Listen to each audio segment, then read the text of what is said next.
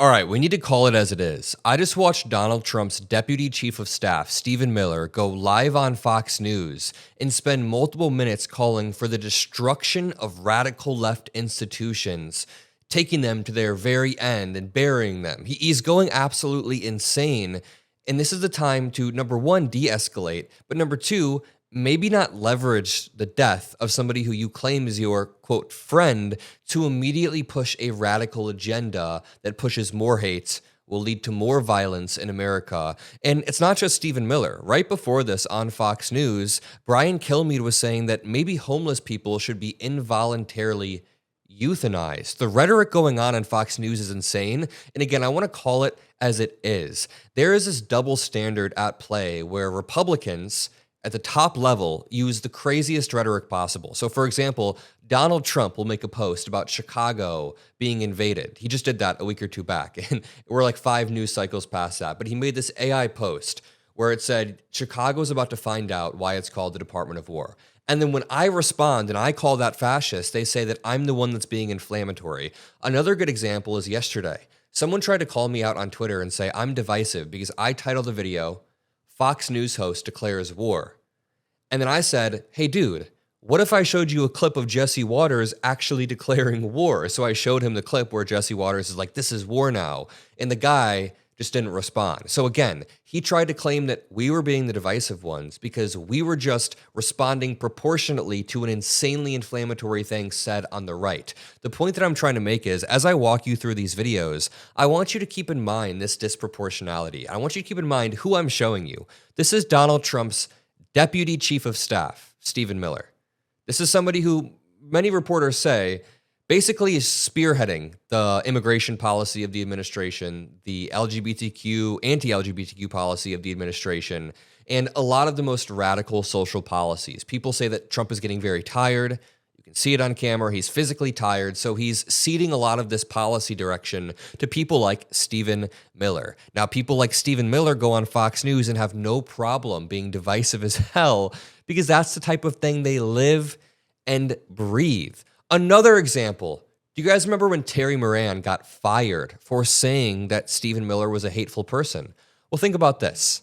I'm about to show you a clip as well of Brian Kilmeade saying that homeless people should be involuntarily put down, and he's not being let go. That's way more divisive. So the point that I'm trying to make again is the disproportionality. Let's take a look at this clip of Stephen Miller, and then we'll move from there. And let me tell you something I've not shared with anybody, but the last message that Charlie Kirk gave to me before he joined his creator in heaven was he said that we have to dismantle and take on the radical left organizations in this country that are fomenting violence. Out of all of the things that never happened, this one definitely never happened. How shameless is it to go on Fox News a few days after somebody who you claim to be a friend died, and you say, the last thing this person told me is they want the destruction of the enemy, and I'm going to enact that. Wow. That was the last message that he sent me before that assassin stole him from all of us. And we are going to do that under President Trump's leadership.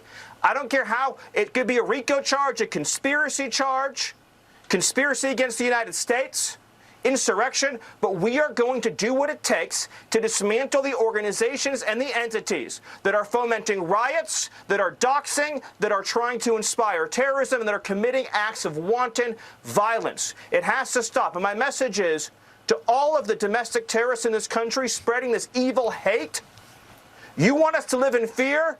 We will not live in fear, but you will live in exile. I don't know. Okay, just parse the sentence that he just said. To all of the domestic terrorists that want to spread this hate. So in the same sentence, he's calling the entire other side domestic terrorists, but then saying that the entire other side is actually the one who is hateful and using radical rhetoric. You see the game that they're playing right here? I mean, here's a really good example of the game that they're playing. Elon Musk on Twitter, who has 300 million followers, 200, 300 million followers, and has a huge reach on X because he owns the platform. He's been responding to tweets from people on like the far left or just bots or antagonists, but they have 0 followers and 0 likes. So again, just think about this parallel. I keep going back to this, but I just want to make this point. Stephen Miller is Trump's deputy chief of staff, and he's screaming this stuff. He's screaming this stuff. Elon Musk is pointing out someone named Raven who has 0 likes on her post. There's 0 likes on this post. There's one response, and it says, quote, "Can Erica Kirk be next?" Hashtag F Erica Kirk, F Charlie Kirk. It's just dumb. Like, I don't know, whoever put this is being divisive. Nobody actually thinks this. Every Democratic politician, every liberal pundit in the media that you guys watch immediately condemn this. I can guarantee everybody condemned this. Yet Elon Musk then quotes it and says, "Either we fight back or they will kill us." He says, either we fight back or they will kill us. And this got 194,000 likes. So who's the one being divisive here? This no-name person on Blue Sky who got 0 likes, or Elon Musk who got 194,000 likes? It's very clear to see the difference here.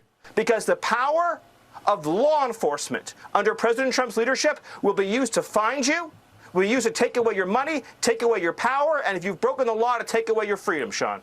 This dude has lost his absolute mind. I want to show you this clip of Brian Kilmeade talking on Fox News to Lawrence Jones about homeless people. And first, what they're floating at the beginning is already crazy. They're saying homeless people should immediately be locked up in some sort of mental institutions, which ignores a lot of the many factors why somebody could be homeless.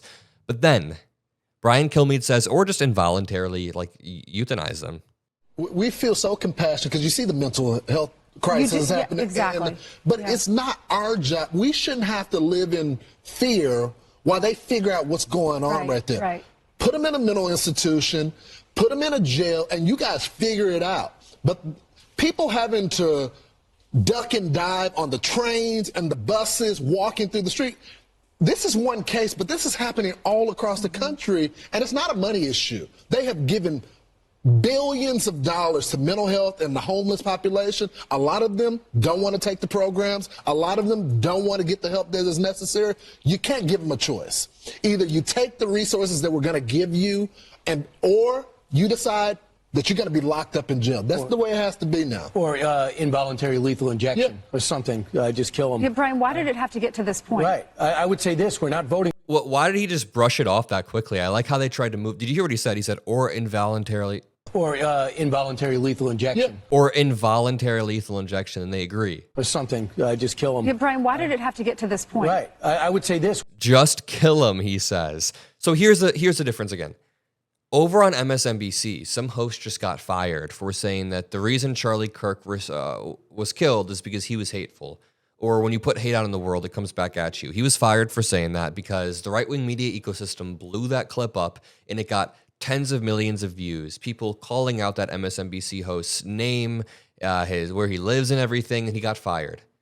Now, with Fox News, they have such a tight media ecosystem on the right. He can say stuff like this, and there's not huge public backlash. That's what we do on this channel. We make sure that we're putting a spotlight on all this, but this is batshit. This is absolutely absurd, and this is a Fox News host saying this in front of millions of people, while Stephen Miller is over here spazzing out in front of millions of people on Fox News. Conspiracy against the United States, insurrection, but we are going to do what it takes to dismantle the organizations and the entities that are fomenting riots, that are doxing, that are trying to inspire terrorism, and that are committing acts of wanton violence. Oh, we're going to dismantle the institutions who are advocating for domestic terrorism and rioting. Are we going to start with the Proud Boys?